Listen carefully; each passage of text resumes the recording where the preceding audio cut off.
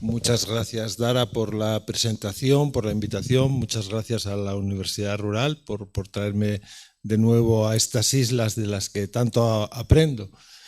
Yo miro las islas desde fuera, ¿no? Yo vengo de Asturias y aquí empecé a encontrar muchísimas cosas que me hicieron reflexionar, ¿no?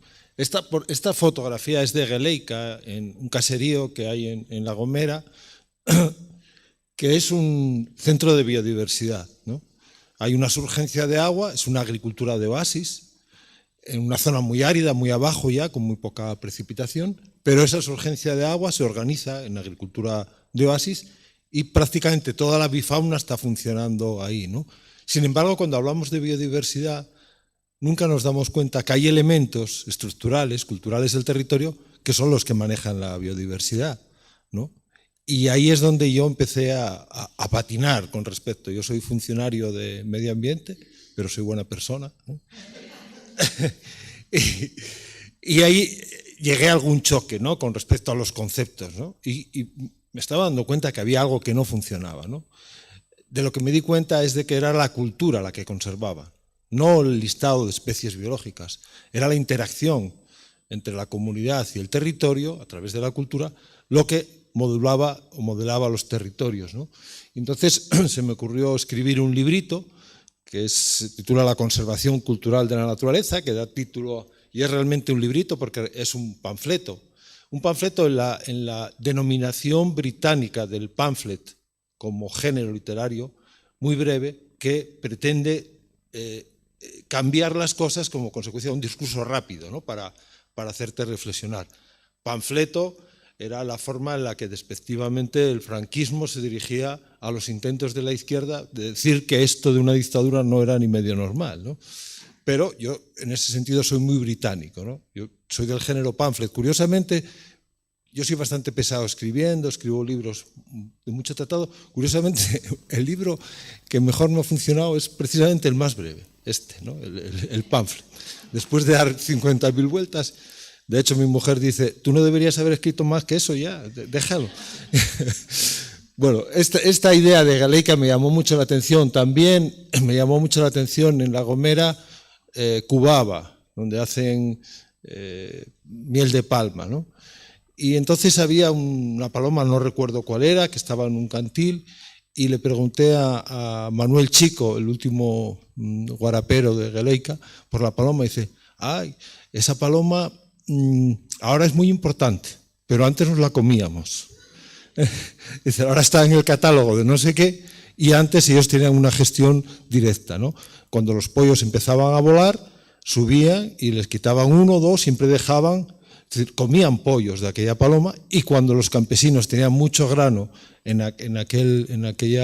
Cubaba, la población de palomas iba mucho mejor. Por tanto, las relaciones entre la cultura y la naturaleza están ahí, y sin embargo, cuando cogéis los documentos de biodiversidad de todos los gobiernos, nunca veréis a un canario, a un navarro, a un asturiano segando, siempre veréis pájaros, siempre veréis la parte biológica y la parte más salvaje, ¿no? El lobo, el oso, el lince, ¿no? Y los campesinos que estaban entre todo eso no aparecen, que son la clave fundamental del equilibrio. Esa segunda naturaleza que el hombre, y me refiero a lo que dijo Antonio, cuando digo hombre digo seres humanos, humanidad, para evitar duplicidad en la forma de hablar y no ofender a nadie, estuvo siempre ahí en el medio, ¿no? Y esa realidad es la que se nos ha pasado desapercibida. Vamos a pasar las diapositivas. Hay un índice muy elemental.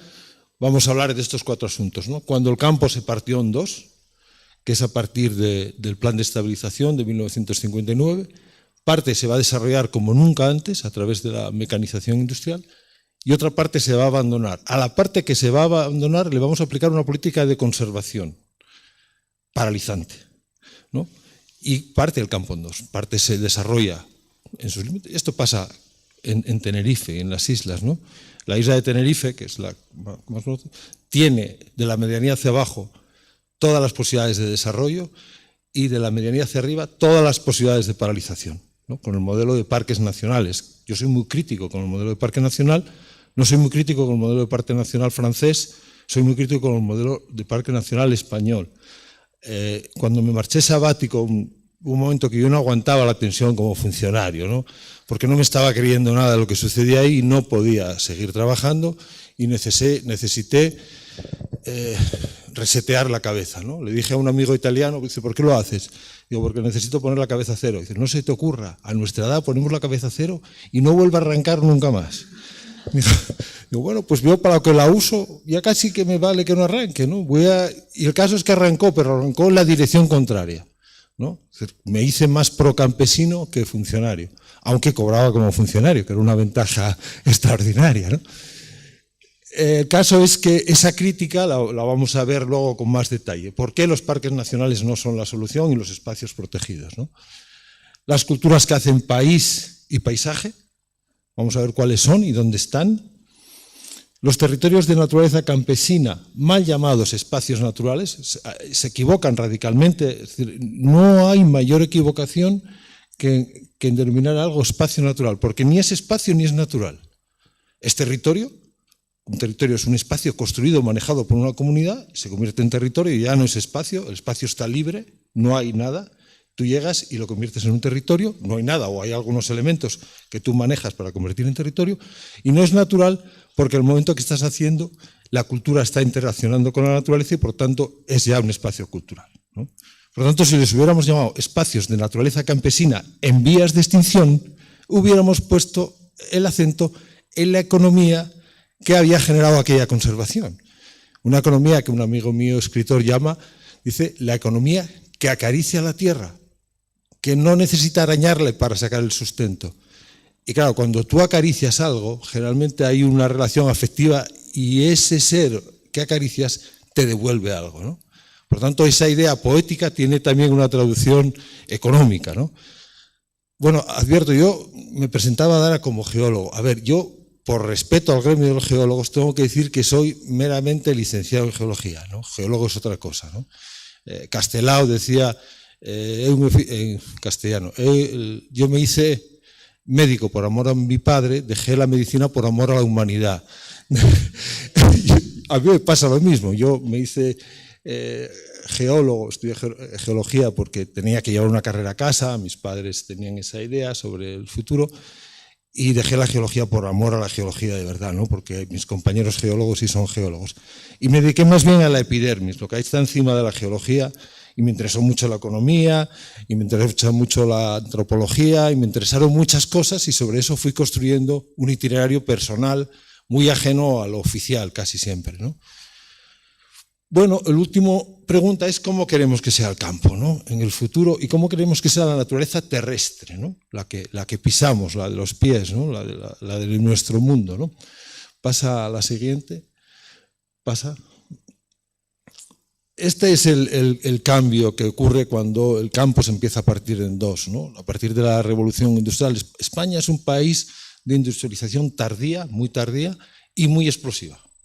En pocas décadas hicimos una transformación brutal y encima en un momento con una dictadura, es decir, con una oxigenación intelectual y de pensamiento muy escasa que propició algunos fracasos en los que no nos hemos todavía ni percatado. España es un país que descarriló en la historia, pero nunca nos lo contaron, ¿no? Lo peor no es descarrilar en la historia, lo peor es que no seas consciente de que descarrilaste, por qué descarrilaste y cómo corregir lo que has hecho, ¿no? Por tanto, seguimos siendo un país extraño en ese sentido, ¿no? Esta película es una película muy curiosa que pasó la censura y es una crítica brutal a lo que le pasa a una familia campesina cuando se va a la ciudad, ¿no? Pasó la censura, luego con el tiempo empezaron a darse cuenta que aquello estaba creando tal y la retiraron, pero estuvo mucho tiempo funcionando. Pasa a la siguiente. Este es el inicio de la industrialización, pero fijaros qué público tiene la máquina, ¿no? Están los payeses, los campesinos, los magos, ¿no? Fascinados por eso. Y el tipo que está arriba ya manejando el asunto, ¿no? Es decir, es el inicio de la industrialización que se produce rápidamente en el campo a partir de los años 60. Pasa a la siguiente. Y esta es una de las consecuencias de ese cambio radical. Esto es Almería, la huerta de Europa llaman. sin agricultores. Ahora, primero eran pequeños propietarios, ahora directamente son los fondos de inversión los propietarios de este asunto, ¿no? La agricultura ya está en manos, no sabemos de quién, que trabajan, por cierto, con los nuevos esclavos, que son los subsaharianos, que están viviendo en unas condiciones mucho peor que los mineros o de las ciudades del carbón de finales del 19, ¿no? Pasa a la siguiente. Y esto es un espacio natural protegido, yo diría que es un espacio campesino abandonado, ¿no? Es en la Sierra de Madrid, una zona de pastoreo muy, muy interesante que está en un proceso de matorralización. Pasa a la siguiente. Vale, en realidad la estructura del paisaje rural deberíamos preguntarnos cómo se generó y cómo se conserva. Lo que hay en el paisaje, y esto es una reflexión, digamos, de esas cosas que hay que repetir a veces por obvias, pero para asentar los conceptos, es que el paisaje, cualquier paisaje, se distinguen dos partes, ¿no? El criptosistema, que es lo que nosotros vemos en el paisaje, y el fenosistema, que es lo que vemos del paisaje, y el criptosistema, que son los mecanismos que hacen que el paisaje tenga esa expresión, ¿no? Pasa con las personas, ¿no? Cuando uno está formado y está bien afinado con su musculatura y tal, es porque hay un criptosistema, está haciendo un trabajo para conseguir ese efecto, ¿no? Cuando uno engorda, pues es porque su criptosistema va de otra manera. Por tanto, eso pasa también con los sistemas, pasa con los territorios y pasa con las personas. El problema del paisaje del medio rural es, por una parte, una política de conservación de la naturaleza española que no ha considerado el criptosistema como parte de la expresión final del paisaje. Es decir, la economía pertinente que había generado aquella diversidad no está considerada. Y en segundo lugar, una política de agricultura que solo habla de producción, de renta y de mercados y que no se preocupa por el fenosistema, es decir, por la expresión final. Y también cuando está pensando en los territorios desfavorecidos, lo que está pensando es en la subvención a la renta, no en la generación del modelo de desarrollo propio. Por tanto, nadie que esté subvencionado va a sentirse satisfecho con lo que está haciendo, ¿no? Es decir, hace muchos años estas explicaciones que daban los funcionarios sobre la PAC, ¿no? Había un señor que estaba en primera fila muy atento y no estaba entendiendo nada de todo lo que se iba a pagar por metro cuadrado, por no sé qué tal. Y al final dice, yo no quiero dinero, yo quiero que lo mío valga. Yo quiero que lo mío valga. Yo quiero que se dé valor a lo que hago. Y luego que se me retribuya. Pero esa idea tiene razón, ¿no? Y lo que estamos viendo es que con los incrementos de renta que llevamos al campo no estamos consiguiendo modelos de desarrollo genuino. Es decir, de hecho, pasa un poco como cuando toca la lotería, ¿no? Hay un sitio en Asturias que se llama Ibias, que es uno de los más despoblados, tocó la lotería y eso contribuyó a aumentar más la desertificación. La lotería en realidad tocó en los constructores de Oviedo y Gijón, porque la gente se compró pisos en Oviedo y Gijón, y en los concesionarios de los coches, ¿no? Ojo con la llegada de la financiación y el dinero a los territorios desfavorecidos, ¿no? No favorece en muchos casos el asunto. Pasa a la siguiente. Esta es una foto, seguimos en Canarias, como veis. Esto es de La Gomera también, que es bueno, se entiende, ¿no? La UNED, el saber no tiene lugar. Bueno, vale, sí se entiende como eslogan, pero no es cierto. Los lugares tienen saberes y sabores, afortunadamente. Lo que tenemos que explorar para ver las posibilidades de desarrollo es qué sabemos hacer que no saben hacer los demás. Y esta es la clave del asunto, ¿no? Nosotros estamos trabajando, bueno, yo acabo de dejar de trabajar en agosto, hasta ahora fui comisionado del reto demográfico en Asturias, y estábamos trabajando con una pequeña estructura urbana que sabía gestionar la naturaleza, que es la aldea. La aldea es muy anterior a la ciudad, pero durante mucho tiempo su única función era gestionar la naturaleza para producir alimentos. Curiosamente, las aldeas no degradaron la naturaleza, encontraron esa forma de funcionar. Por eso a mí me preocupaba que las aldeas, que son una especie territorial en vías de extinción, no estuvieran en la consideración de esa idea de que están extinguiéndose y necesitábamos reactivarlas. Y nos estábamos apoyando en algunas aldeas donde había ese tipo de focos, ¿no? Gente inteligente que estaba manejando los recursos locales y estaba proyectándose y viviendo con calidad, ¿no? Pasa a la siguiente. Porque nunca nos contaron que esto que hay aquí, esta foto, que es una foto de finales del 19 de la región portuguesa del norte del Miño, es una foto de alto conocimiento de la biodiversidad y gestores operando la biodiversidad, ¿no? Están descalzos, son campesinos que están descalzos, pero en esa pequeña parcela, los que están en la escalera, la chica que está en la escalera, no está cogiendo fruta, está cogiendo el viñedo que está encima de la fruta. Es decir, la capacidad de generar procesos complejos en muy poco terreno, ¿no? Cuando uno ve cómo los campesinos organizaron el territorio, a mí aquella idea me llevó a escribir un artículo que publiqué que se titulaba Aldeanismo y ordenación del territorio, porque entendía que con el urbanismo lo estábamos pifiando. En cambio, la perspectiva orgánica del territorio que tenían los aldeanos en la cabeza era mucho más interesante, ¿no? Ahora, con los compañeros, con los amigos de la Escuela Superior de Arquitectos de A Coruña, tengo un diálogo. Yo tengo muchísima suerte porque con Nani Sánchez me metí en el Departamento de Economía de La Laguna y ahí hago cosas con los economistas. Con los de arquitectos de A Coruña hago cosas, por eso nunca me presento como geólogo, porque es que es un desastre y en realidad ya me jubilé y no sé muy bien quién soy ni a qué me dedico, ¿no? Y eso me recuerda a uno de mi pueblo que tenía dinero sus padres y lo mandaron a estudiar farmacia a Barcelona, ¿no? Y al cabo de 10 o 15 años Antonín regresó al pueblo y un día le preguntó uno por la calle: Antonín, ¿tú acabaste farmacia? Y dice: murió mi padre sin saberlo, ¿crees que te lo voy a contar a ti? Nunca supimos, luego se murió Antonín, nunca supimos si había hecho farmacia o no, pero era un gran vividor y un hombre muy culto, ¿no?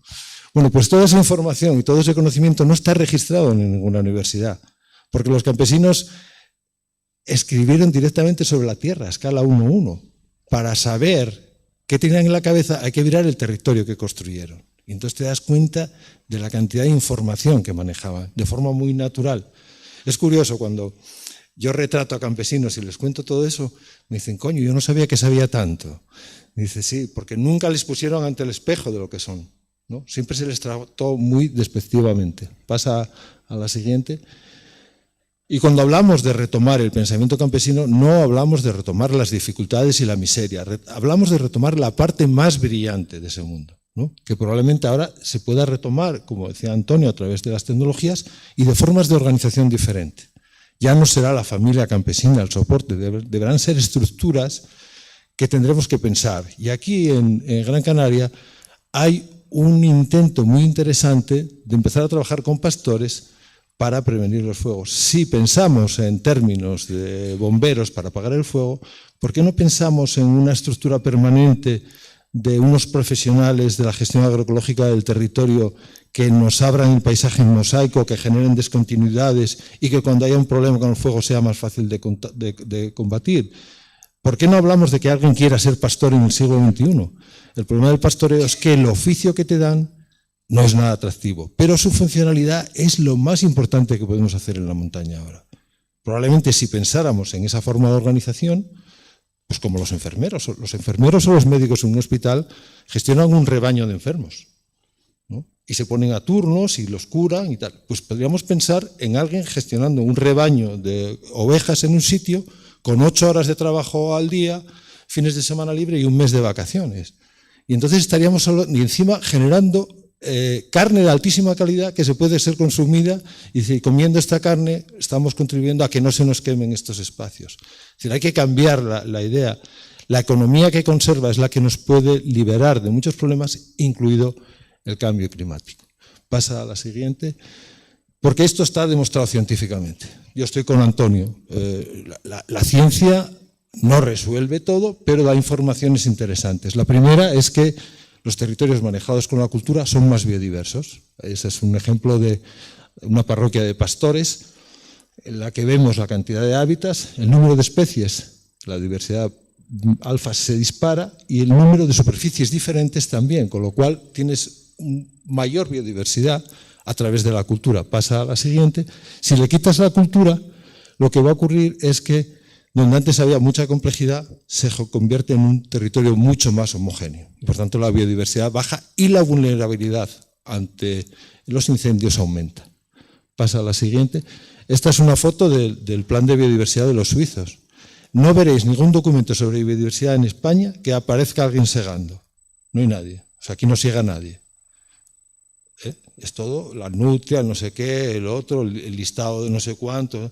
Es esa visión de que no, que la cuestión de las funciones, ¿no? Esto es Suiza, que son ricos, pero también mantienen su identidad paisajística y pagan por hacer este tipo de trabajos.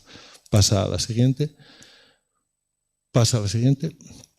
Vamos a ver un ejemplo, y este es ya, me vengo a Asturias, ¿no? Porque ahí me manejo mejor con algunos conceptos. Esta es una parroquia de pastores en la que estamos viendo la diferencia de alturas, ¿no? Es decir, los pueblos de pastores están siempre por debajo de la línea de nieves, muy orientados al sur, muy bioclimáticos, pero manejan pastos que van desde los 200 metros hasta los 2.500. Por tanto, hacen una transhumancia interna. Pasa a la siguiente. Este sería el esquema de manejo cultural agroecológico del territorio histórico. Esto es desde que el mundo es mundo, ¿no? En el que vemos cómo la aldea está en el centro y a medida que uno se aleja de la aldea pierde intensidad en el manejo. Son más intensivos los espacios vinculados a la aldea, las huertas están más trabajados y a medida que uno se aleja hacia las majadas, los pastos de verano, la intensidad de uso disminuye. Los antropólogos llaman a esto ir de lo manso a lo bravo, de la cultura a lo silvestre, ¿no? Esa es la dirección de manejo del territorio, pero cada espacio tiene sus relaciones entre ellas y sus relaciones cíclicas, ¿no? Pasa a la siguiente.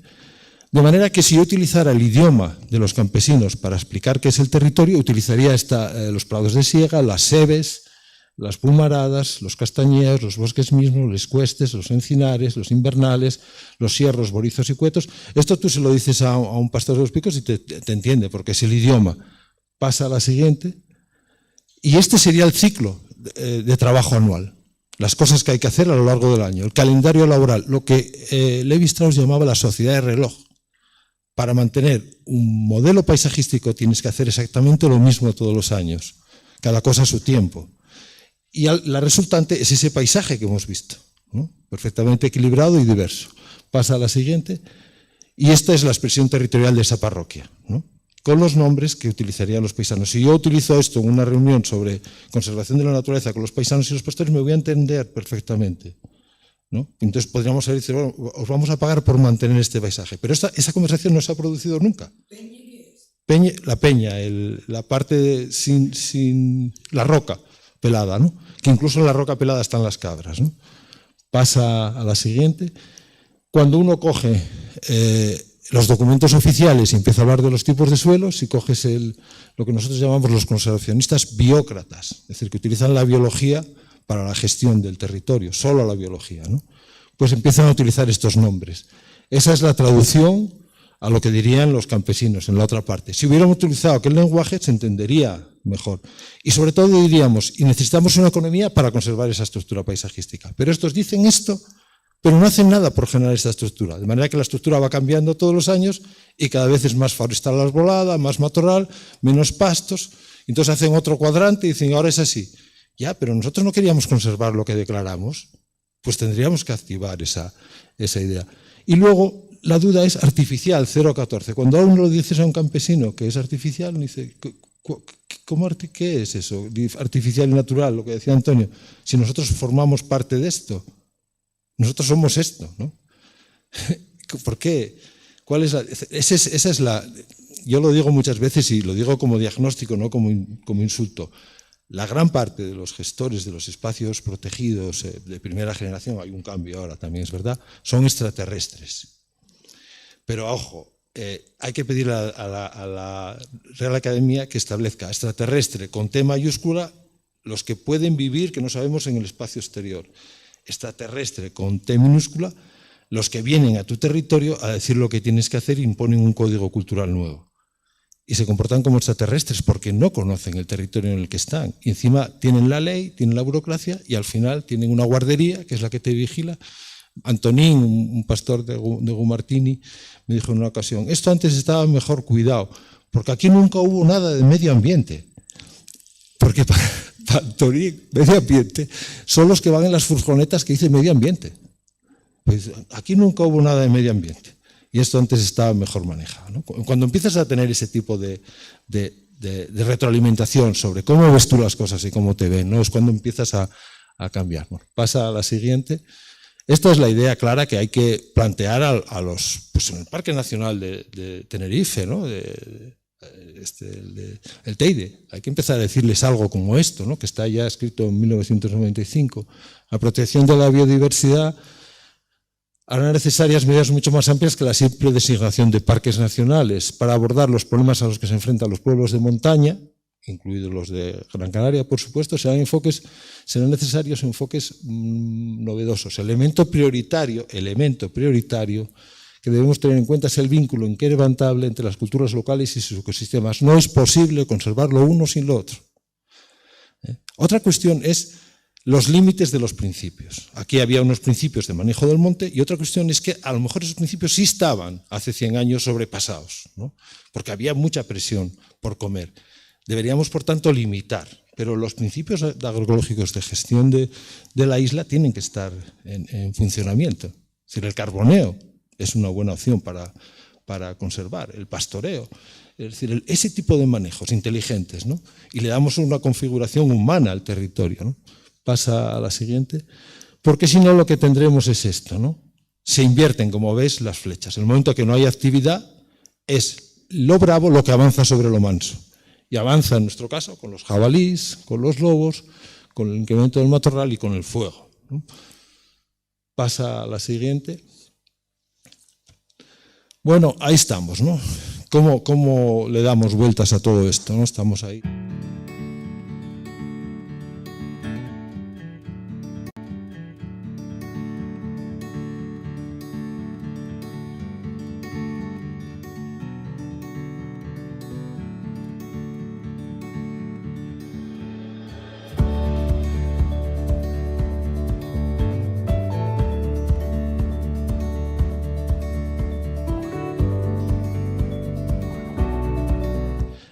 Agraria, en espacios que la tuvieron en el pasado se pierde biodiversidad, que es el caso de los espacios naturales en proceso de abandono, que es, por cierto, donde están produciendo ahora los mayores incendios forestales, ¿no? Pasa a la siguiente. Esto es Portugal, vosotros lo conocéis bien cuando empiezan a venir este tipo de incendios. Pasa a la siguiente. O los jabalís por el centro de Oviedo, ¿no? Esta foto es una foto que sacó la sobrina de un amigo que llegaba a casa perjudicada y dice: debo estar muy borracha porque estoy viendo jabalíes en el portal. Hizo una foto y al día siguiente dijo: no, estaban los jabalíes en el portal. Pasa a la siguiente. Y esta es una foto que me interesa mucho porque yo estuve en el gobierno y sé lo que se sufre cuando la oposición utiliza todos estos problemas que hay para intentar atacarte. O ahora vos, ¿no? El descaro con lo que personajes de quinta división que no aportan nada, que son los herederos del franquismo más rancio, son los que vienen ahora con las soluciones, ¿no? Estos hay que desmascararlos. La solución es muy compleja y no pasa por una posición política que aproveche el desencanto o la dificultad, ¿no? Por cierto, uno de los que veis ahí persiguiendo a la consejera de turno, a María Jesús, esto hace unos años ya, es Gaspar Llamazares, que entonces estaba en el gobierno, en la posición en el Parlamento asturiano, ¿no? Y ahí están los campesinos, los lobos, los jabalíes, la mosquito guatemalteco, bueno, y la pobre consejera que no sabe muy bien qué hacer. Porque realmente ante la situación es muy difícil encontrar una solución, ¿no? Pasa a la siguiente. Bueno, este es el librito que resume todo esto que os estaba contando.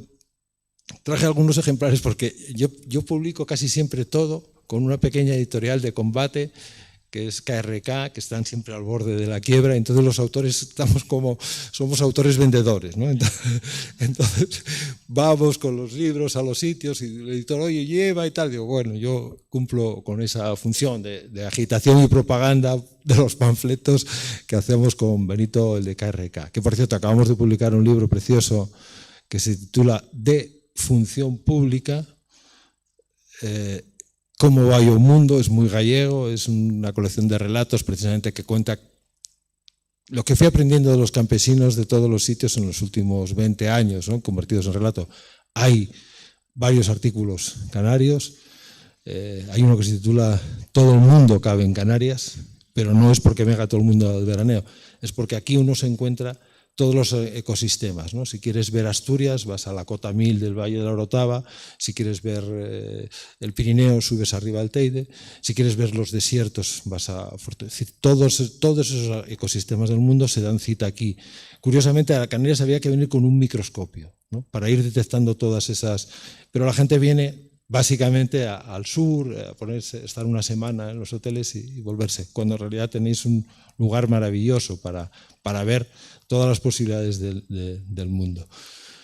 Pasa a la siguiente, que es ya la despedida. Estas son dos vecinas, yo vivo aquí al lado de estas dos muchachas, dos niñas, una es una muchacha y otra es una niña, que lo comentábamos porque cuando íbamos en coche un día en Tejeda, que había unos magos sentados en un mentidero, y yo soy peninsular, evidentemente, pero pregunté, a ver si entendía, ¿hasta qué edad llaman mi niña a las mujeres en la isla? Y entonces uno estuvo así, dice, hasta los 90, y de los 90 para arriba, muchacha.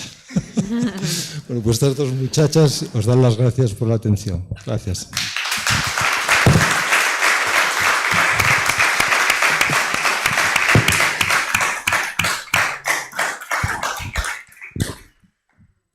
Bueno, pues bueno, yo me quedo con la sensación de que es fácil, ¿no? O sea, que es fácil explicar algo tan complejo y que en Canarias nos afecta tanto, que frente a esa conservación cultural de la naturaleza apostamos por esa, no solo las islas, obviamente, por esa conservación artificial basada en un sinfín de categorías de protección de la naturaleza que lo que han implicado es el abandono del territorio. Vladimiro Rodríguez Brito, en una entrevista que le hicieron a propósito de los incendios de Tenerife últimos, no vi toda la entrevista, me bastó con ver lo que dijo al principio y me quedé contenta y ya no le hice más caso. Cuando le preguntaban por qué arde Tenerife o por qué arde el campo, simplemente lo dijo, porque no hay campesinos. Listo, ¿no? Pues bueno, vamos a dar paso un poco al momento de diálogo, también con las personas que están online, que no las he seguido mucho, pero me imagino que están ahí siguiendo las ponencias. Y bueno, pues eso, se valen reflexiones, no solo preguntas, pero también un poco con sentido común para que podamos aquí organizarnos bien las conversaciones y los diálogos. Sí, es importante, eso sí, el tema de los micros, sé que aquí nos escuchamos bien, pero para la gente que está en casa es importante. Hola, buenos días. Interesantísimas las intervenciones que han habido. Y por centrarme en esta última, quería comentar que, bueno, lo sabrán, me imagino, que aquí en esta comarca del centro montañoso de la isla se declaró 18.000 hectáreas. Perdona, que no se escucha. Bueno, repito. Vale. No, creo que el problema no soy yo. ¿Ya se escucha? ¿Escucha? Bea, te voy a usar un poco. ¿Nos escuchas, Bea? No.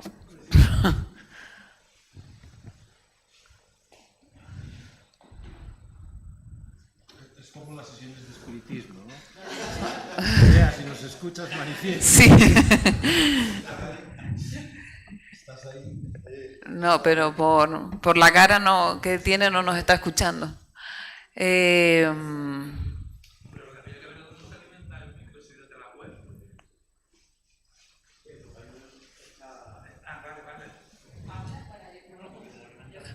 Hola, ¿me escucha? Mueve el vaso.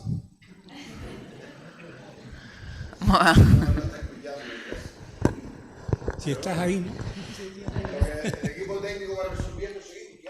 Bueno, venga, vamos a continuar. Lo que estaba comentando a colación de la intervención que has tenido es que aquí, en esta comarca donde nos encontramos del centro montañoso de la isla, en estos dos municipios de Artenara Tejeda, En julio del 2019 se declaró Patrimonio de la Humanidad, paisaje cultural se denominó, paisaje cultural de Risco Caído y los espacios sagrados de montaña de Gran Canaria. Eso fue un trabajo que se hizo previamente y como consecuencia de unos hallazgos arqueológicos importantes en la zona y demás, y se logró que esto se declarara Patrimonio de la Humanidad.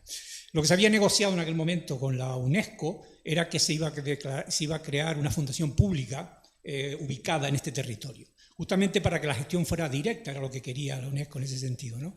Evidentemente, la declaración, el paisaje cultural no se refería solamente a los yacimientos arqueológicos y a la propia naturaleza, sino también al paisaje humano, ¿no? O sea, a la actividad humana que se había producido aquí. Ese es el gran reto que hay planteado, porque realmente en este momento el Cabildo de Gran Canaria, que es quien de alguna manera monopolizó la gestión, no creó la fundación pública como estaba acordada ya y estaban los estatutos y todo preparado, y de la noche a la mañana creó una cosa que se llamó un instituto con sede en el propio Cabildo de Gran Canaria, que es un instituto opaco donde las decisiones se toman allí y donde realmente lo que ha sucedido es que se ha paralizado el proyecto, ¿no?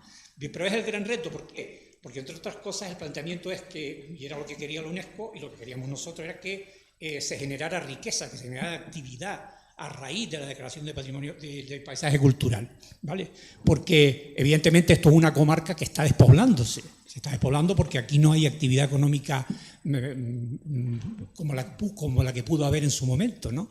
Y entonces esto era la oportunidad, y es todavía la oportunidad, para generar aquí una actividad, porque se pensaba además que, bueno, evidentemente este territorio que vive del turismo, pues que esto pudiese ser un sitio, un atractivo, la declaración de Patrimonio Mundial, a un turismo de calidad, turismo cultural, pues con la creación pues de centros de visitantes, con toda una serie de cosas que se habían planificado en su momento, ¿no?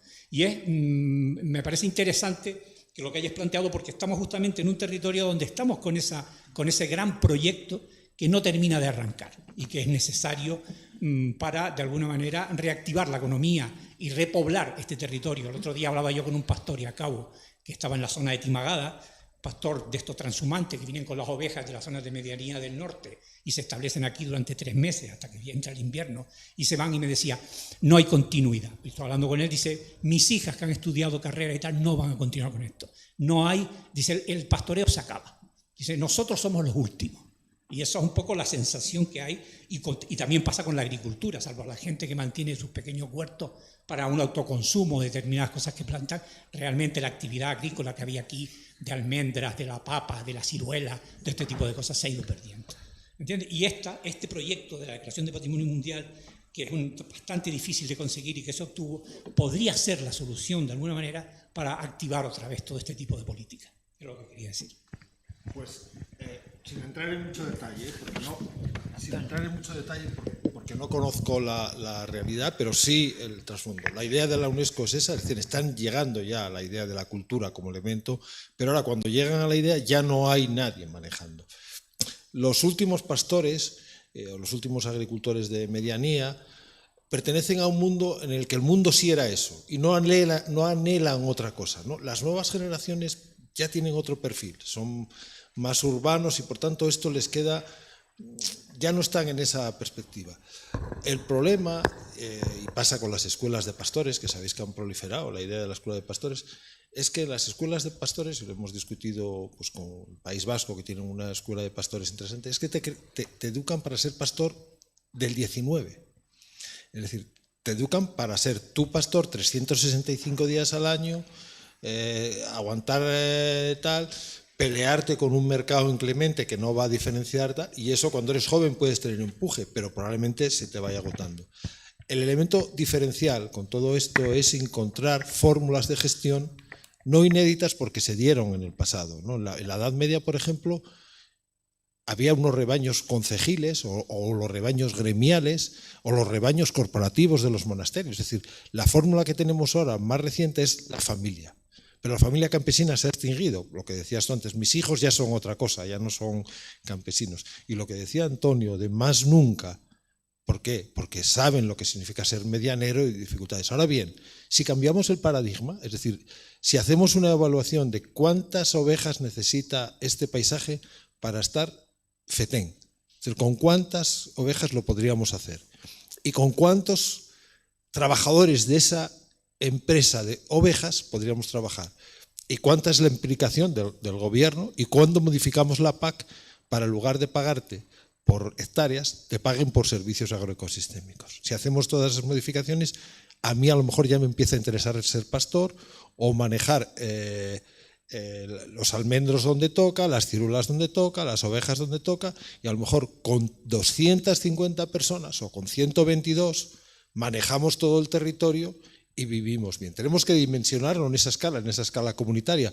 A lo mejor estoy hablando de una empresa muy grande, pero si empezáramos por un pequeño rebaño concejil o un rebaño de los 2 ayuntamientos en el que nuestros pastos se ponen en común y son manejados de esta manera, a lo mejor empezamos a pensar que son los nuevos pastores, son los pastores del siglo XXI, porque los pastores antiguos ya no siguen. Y aparte, estos ya son los de Antonín y los de este hombre que me dices tú. Ese es su mundo, ¿no? Y de hecho, yo recuerdo haber visto un vídeo de un hombre de Tejeda que hablaba sobre la vida y decía, para mí la vida es cuando veo nacer una hoja, la primera hoja verde de la papa en la temporada. Y coño, para mí eso es la vida. Claro, pero esas personas para las cuales ese mundo era eso, ya no existen. Eran los verdaderamente arraigados, ¿no? Arraigados. Entonces necesitamos las nuevas fórmulas y necesitamos ensayarlas. Yo creo que en el cabildo, y más allá de las estructuras, que probablemente el problema de crear algo en una estructura burocrática es que tiende a la burocracia. Si tú coges el concepto, lo aterrizas de tal y al final acaba la RPT, la Secretaría Técnica, no sé qué, la antigüedad, y acaba al frente del instituto que acabas de crear un tipo que trabajó en tráfico pero que tiene antigüedad y que lo nombraron jefe de sección de no sé cuánto y está ahí al frente de eso. O sea, esto nos ha pasado siempre en la administración.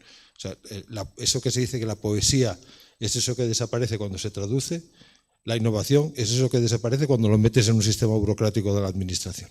Entonces, por muy innovador que seamos, si no somos capaces de romper, y yo creo que deberíais empezar desde los ayuntamientos, ¿no? Con una reclamación en ese sentido, de carácter celular, muy pequeño, una pequeña estructura, y a ver si vamos consiguiendo que esa forma... Yo hice hasta ahora, ya os decía, era comisionado para el reto demográfico en Asturias, ¿no? Y yo estaba en presidencia de gobierno, que está al lado del campo San Francisco en Oviedo, y todos los días que pasaba por ahí, en el campo San Francisco había unos tipos que llamábamos los soplafollas, pero esto es literal, se dedican a soplar las hojas para que el campo esté verde siempre, porque no puede estar otoñado, ¿no? Y haciendo un ruido horroroso y 8 horas ahí de soplafollas. Entonces paré con uno y dije, oye, vamos a ver, a ti, si en lugar de estar aquí de soplafollas te ofrecieran ser... Entonces empiezo a describirle en el Monte Naranco, que es un monte donde están los monumentos del prerrománico, generar una estructura de paisaje medieval con unas ovejas, que no sé qué, plantar manzanos, no sé qué, no sé cuánto más. ¿Te parecería mejor? Y dice, coño, eso es mucho más creativo ese trabajo que que es un coñazo, quitarle la hoja aquí en el medio de Oviedo. Y entonces me dijo, ¿y esto cuándo se va a poner en marcha? Digo, no, esto no se va a poner en marcha de momento porque en el Ayuntamiento de Oviedo y en todos los ayuntamientos la jardinería que hacen es una jardinería barroca, intensiva en el centro de la ciudad, y la periferia rural está abandonada y se está quemando y están llegando los jabalíes. Tenemos que cambiar el concepto, por lo tanto, tendríamos que ensayarlo, pero a lo mejor si empezamos con las ciudades nos va mejor, ¿no? Bueno, aquí en Las Palmas no es el caso, aquí habría que empezar aquí arriba porque es donde está la naturaleza más culta, pero yo creo que son los ayuntamientos los que tienen que empezar a dar pruebas de inteligencia en una visión comunitaria, colectiva y a medio camino entre lo público y lo privado, y mucho más rentable y mucho más barata que pagar bomberos.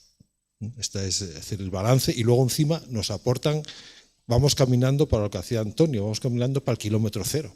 Porque seguramente mucha gente echará de menos las ciruelas de Artenara, las almendras de no sé dónde, los quesos de no sé dónde más, ¿no? Y eso está ahí parado, esperando que le demos una nueva función económica. Por cierto, en una ocasión en Navarra, en la Fundación Carlos Chivite, y con esto que me estoy enrollando mucho, hice una crítica muy dura a los economistas. Dije, ¿hay algún economista en la sala? Y levantaron la mano 2 economistas al fondo. Digo, ¿cómo es posible que los economistas dejarais que os robaran el concepto de recurso natural los biólogos? Que yo no tengo nada contra los biólogos, pero parecía que eran los economistas los que podían dar la solución. ¿Y cómo es posible que solo penséis en economías industriales y en economías de concentración? Entonces yo lo expliqué este asunto y tal, y cuando acabé, uno de los economistas se acercó a mí y yo lo reconocí. Y digo, yo te conozco. Y dice, no me conoces, crees que me conoces. Digo, ¿por qué lo dices? Dice, porque me estás confundiendo con mi hermano. Soy hermano de Carlos Solchaga y me parezco mucho a él. Bueno, pues es verdad, es decir, es una cuestión de función económica pertinente y hay que buscar fórmulas diferentes. Y hay que atreverse, y hay que ensayar y equivocarse, pero hay que atreverse a hacerlo. ¿Hay alguien online que quiere participar?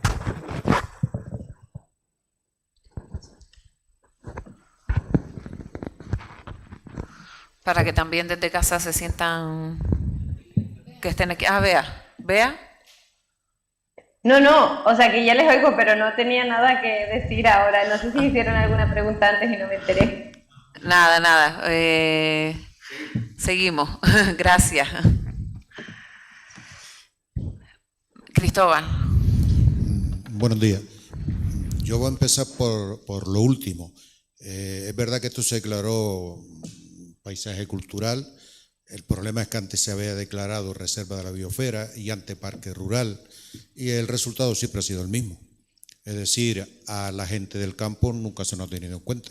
Y no se ha tenido en cuenta no solo ni para planificar, ni para las ayudas, ni para nada. Eso nunca ha existido. Y la primera que fue parque rural con la ley de espacios naturales, esa forma de planificar terminó de llevar a la gente del campo. No solo en 1951, con el perímetro forestal, que era por lo que sé yo, los pastores de la cumbre de Gran Canaria, sino que se ha seguido porque el parque rural lo único que se ha puesto en marcha es la parte punitiva, la parte de las multas, porque la parte de desarrollo, tanto del parque rural como la reserva de la biosfera, ahora patrimonio de la humanidad, eso nunca se ha puesto en marcha. Y digo esto porque el tratamiento del territorio nunca ha sido como tratamiento del territorio.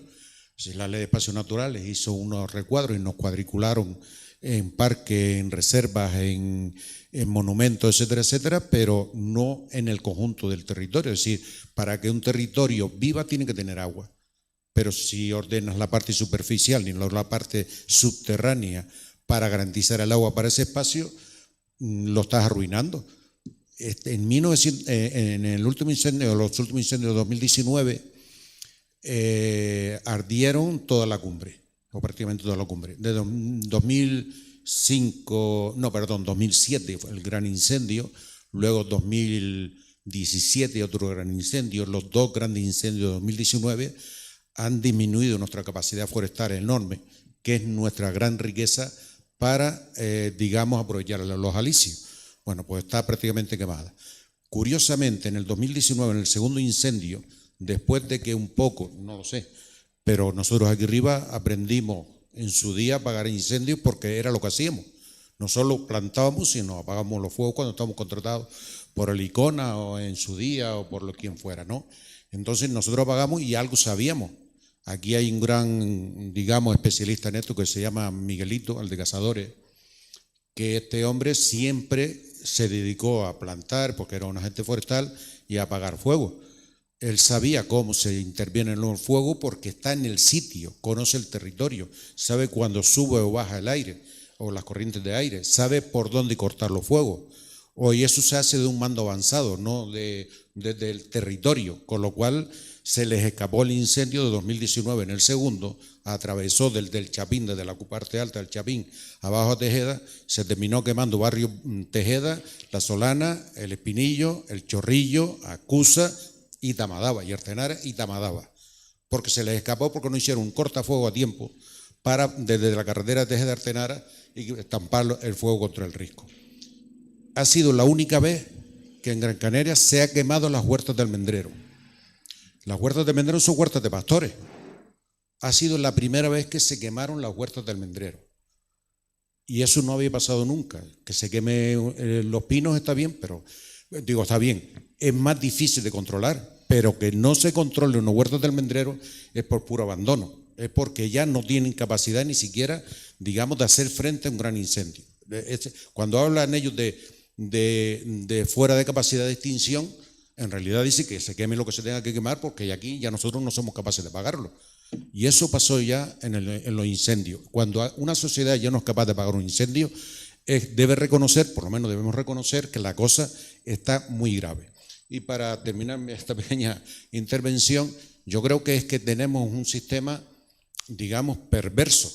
El sistema, digamos, que Antonio González Beite llamó turbocapitalismo, es un sistema por el cual hemos convertido a la agricultura y a la ganadería canaria en agricultura y ganadería de subsistencia. Porque antes producía todo el campo, ahora solamente produce ciertas franjas del campo.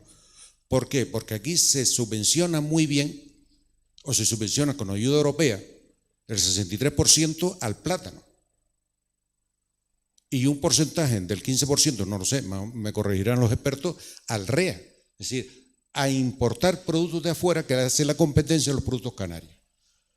¿Cómo vamos a producir queso si nos lo traen regalado o con lo que le pagan de transporte lo pagan casi gratis en Holanda, el queso plato? ¿Cómo es que, por ejemplo, subvencionamos? Aquí antes, yo recuerdo en la época ya,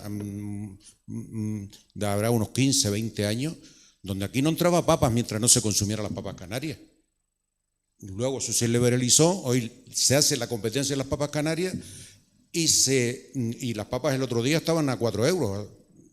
Barbaridades como esta están sucediendo todos los días por el sistema económico.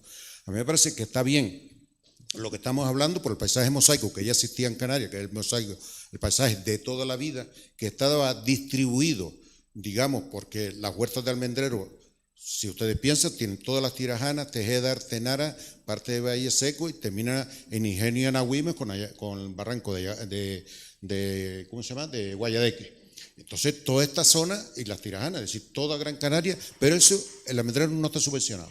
Es el único sitio de Europa, el único sitio donde se podría, digamos, intervenir en el territorio para que la gente invierta. Pues no, se dedica a productos de exportación, con lo curioso, es decir, Europa da dinero para que produzcamos para nuestra alimentación y nosotros nos dedicamos a alimentar a Europa y a la península, con nuestro dinero para, digamos, producir nosotros. Yo creo que tenemos un sistema tan perverso que nos está haciendo una rueda infernal donde sacar de esto, por muchas intenciones que tengamos, es decir, tenemos un sistema que no nos deja escapar de esto, porque estamos en manos de 10, 15 importadores, entre grandes superficies e importadores, que son los que, digamos, dependemos de ellos. El agua de Las Palmas, del sur o de Telde, está en manos de multinacionales holandesas y japonesas. El agua del campo se la llevan para la ciudad, con lo cual no es posible reverdecer el campo, por lo menos vivir en el campo. Todo lo que tengamos de idea de reverdecer el campo, de vivir en el campo, se cae solo porque tenemos un 30% del agua subterránea que había en los años 1920, 1930. Un tercio. No tenemos ni siquiera reservas para en caso, digamos, de una gran crisis climática. Y el agua está en manos de extranjeros. Esta es nuestra situación. Nos importamos todos los años 2.500 millones de euros en productos agroalimentarios. Esto aproximadamente. Y yo soy mal, no sé sacar bien las cuentas, pero eso puede suponer 80 o 90 mil puestos de trabajo que estamos subvencionando fuera para que nos alimenten en vez de producirlo aquí. Pero sucede con todo, es decir, la energía que está en manos también de multinacionales. Pues yo tengo placas solares en mi casa de 140, 150 euros, estoy pagando 21 porque mantengo el mínimo. Eso sí nos hace menos dependientes. Pero el resto no estamos en condiciones de generar. Perdón, porque he tardado algo. Antonio, ¿querías decir algo? Aquí. Vamos a ver. Jaime, vamos a ver. Estábamos hablando del kilómetro cero. Estábamos hablando que para intentar cambiar el crecer por cuidar, los servicios públicos deberían de jugar un papel importante. Pero la experiencia que existe en zonas como las que estamos y que tú has reflejado muy bien es que lo que venga de la administración pública hay que tenerle tremendo cuidado y un tal. Entonces nos encontramos con una situación en donde cómo empezar y dónde empezar, comienza a ser algo realmente complicado, complejo y labor de cirugía, microcirugía. Entonces te pregunto, porque tú tienes mucha experiencia en estos temas, suponte que nosotros pudiésemos conseguir algunos recursos para establecer servicios públicos en una determinada área de carácter piloto con la finalidad de recrear el kilómetro cero. Y que, como es lógico, tuviésemos que estar en contacto con la gente del lugar o con la gente de no ese lugar, pero que tuviese posibilidades que por la vía de los servicios y su profesión pudieran entrar en el asunto. ¿Cómo imaginarías tú que pudiéramos empezar una tarea de esta microcirugía con tantas complicaciones, con tantas experiencias fallidas y con tantas pocas, digamos, ejemplos prácticos de tal, pero que al mismo tiempo fuésemos capaces de decir, chacho, podemos comenzar a caminar, podemos empezar a tener una luz pequeñita, podemos empezar, la universidad rural a lo mejor pudiera ser ese sitio donde pudiéramos comenzar a combinar la una cosa con la otra y hacer una experiencia piloto en que, por ejemplo, buscásemos una manera que para la próxima edición de la universidad rural tuviésemos a lo mejor una pequeña experiencia que hubiese estado funcionando con escasos recursos públicos y con alguna presencia local, con actividad productiva, que pudiéramos decir, hemos empezado a hacer algo que a lo mejor resulta que puede ser capaz de ilusionarnos y de convencer que el kilómetro cero puede ser algo que no sea un eslogan estúpido, sino algo que verdaderamente nos pueda servir a nosotros. Responde, Jaime. No estaba preparado, Antonio y yo no habíamos preparado que él me preguntara eso, pero es que me tocó el punto, ¿no?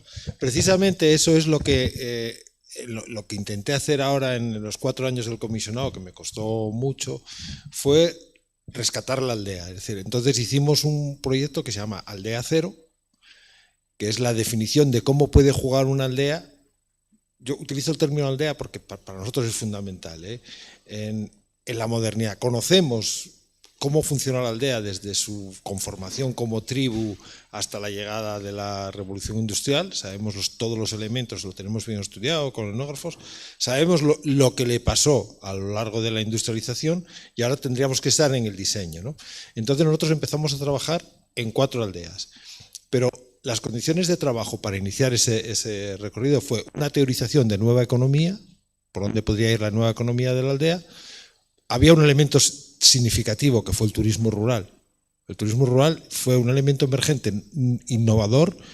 En la aldea preindustrial no existía el turismo rural. A partir de los 70, 80 empieza a funcionar. Pequeños propietarios que están utilizando esa función recreativa, ¿no? Y de gente de ciudad que quiere ver ese asunto. Entonces hicimos un documento muy sencillo que os puedo pasar, que se titula Nueva Economía de la Aldea, en el que nos apoyábamos en 4 factores. Primero, la recuperación integral del sistema agroecológico local, y por tanto estudiábamos en la aldea todas sus propiedades, quién estaba dispuesto a cederlas. Bueno, partíamos de una primera consideración. ¿Ustedes quieren conquistar el futuro? ¿Quieren ser una aldea de futuro? Sí, pues entonces vamos a trabajar. Pero sepan una cosa, yo estoy dentro de la administración y vamos a tener muchas dificultades, porque probablemente desde el medio ambiente nos pondrán muchas dificultades. La Confederación Hidrográfica nos pondrá muchas dificultades si queremos colocar un tornillo para aprovechar agua, o si queremos restaurar un molino para que produzca kilovatios en lugar de moler maíz. Vamos a tener muchas dificultades porque la legislación está pensada para lo que decía antes, para no innovar, ¿no?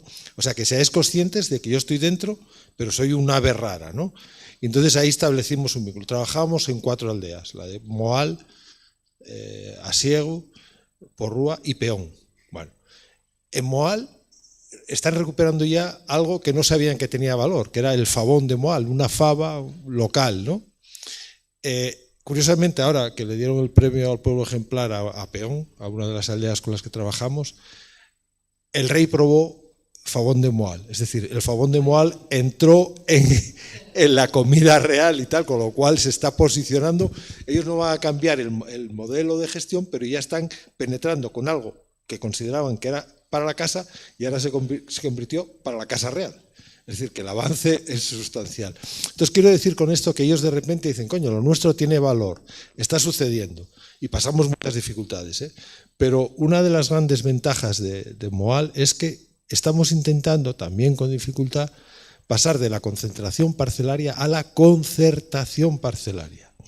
Todos los vecinos, que son gente mayor, que ya no utiliza sus tierras, las cede a una cooperativa que montaron ellas para que se trabaje, toda la cooperativa trabaje eso. Entonces, probablemente con 6, 7 personas pueden trabajar lo que antes trabajaban 50.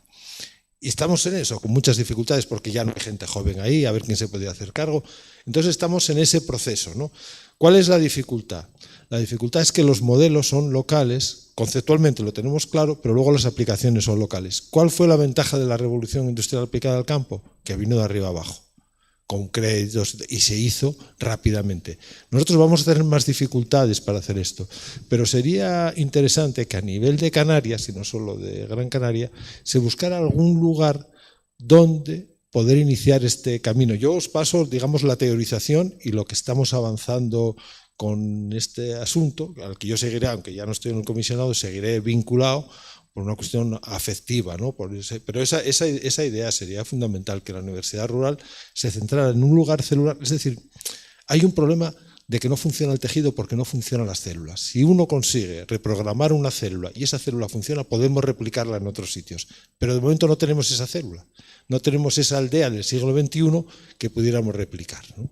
Estamos como luchando contra el cáncer, ¿no? con todo, con una administración que no nos entiende, con un sistema económico que camina por donde camina y con unos comportamientos que no son los más adecuados. Pero si uno encuentra un lugar donde haya una comunidad dispuesta a avanzar en ese asunto, ya ha avanzado bastante. Hay personas que quieren hablar, pero habíamos dicho de a las 2 hacer el paro para la comida. Si nos aguantamos, porque luego lo que va a haber es esto, debate. Venga, Antonio. Venga.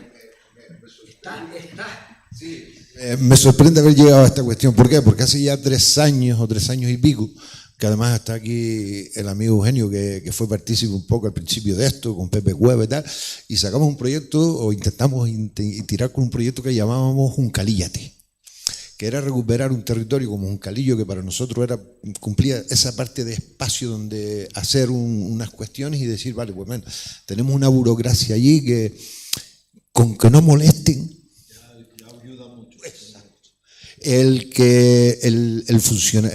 la clase funcionarial de Canarias, y me imagino que del resto del mundo, comprendieran que nosotros ciudadanos pagamos un montón de dinero a un montón de funcionarios de todas las categorías para que resuelvan la complejidad administrativa y no que esa complejidad la conviertan en una complicación y nos la devuelvan. Creo que si empezáramos por a que la administración y los funcionarios empezaran por no devolvernos esas complicaciones donde no existen. La vida en el campo es sencilla, no es difícil. La complejidad llegó con la gente de la ciudad, esa gente que tiene en la casa los roperos más grandes que la despensa. Y entonces ven la vida de otra manera. Y sus conceptos varían. Y nos imponen un montón de normativas contrarias. Ahora mismo están aquí arreglando los caminos de aquí del entorno y arreglan esos caminos y vienen y hacen los caminos para la gente que viene de Las Palmas luciendo palmitos con unas ropas muy bonitas, unos bastoncitos hechos de no sé qué, del plástico, y les hacen los escalones cuadrados. Eso, en el campo, los escalones cuadrados es lo más contrario que hay para la vida en el campo y para la gente que trabajamos en el territorio. Si no, cárgate un saco de 25 kilos arriba y trata de subir un escalón cuadrado, y cuando vayas por 20 escalones cuadrados si eres capaz de levantar pie. O cuando vas con un tractor de mano, que es lo único que nos dejan usar ya aquí de arriba, porque ya no podemos usar, y con un tractor de mano de esto, un motocultor, a ver cómo subes estos escalones cuadrados. En el campo los escalones tienen que ser redondos. Sin embargo, nos están poniendo escalones cuadrados porque quieren arreglar, los de la ciudad quieren arreglar el campo y vienen a hacer ese tipo de tonterías, ¿no? Sin hablar con la gente, sin ver cómo es el tratamiento del territorio. Entonces, es algo que ya estamos intentando, pero ojalá y podamos sacarlo adelante en el futuro y hacer esas experiencias que podamos hacer dentro del territorio y que nos dejen a nosotros tener la iniciativa de volver a reunir fuerzas, ¿no? De volver a simplificar para poder avanzar, ¿no? Lo que en algún caso dice, vamos a desaprender antes de intentar aprender, ¿no? Que sería una buena solución también. Y ya yo no me voy a extender más porque Hilorio va llegando y ahora, si les parece bien, comemos y después por la tarde seguimos otro ratito.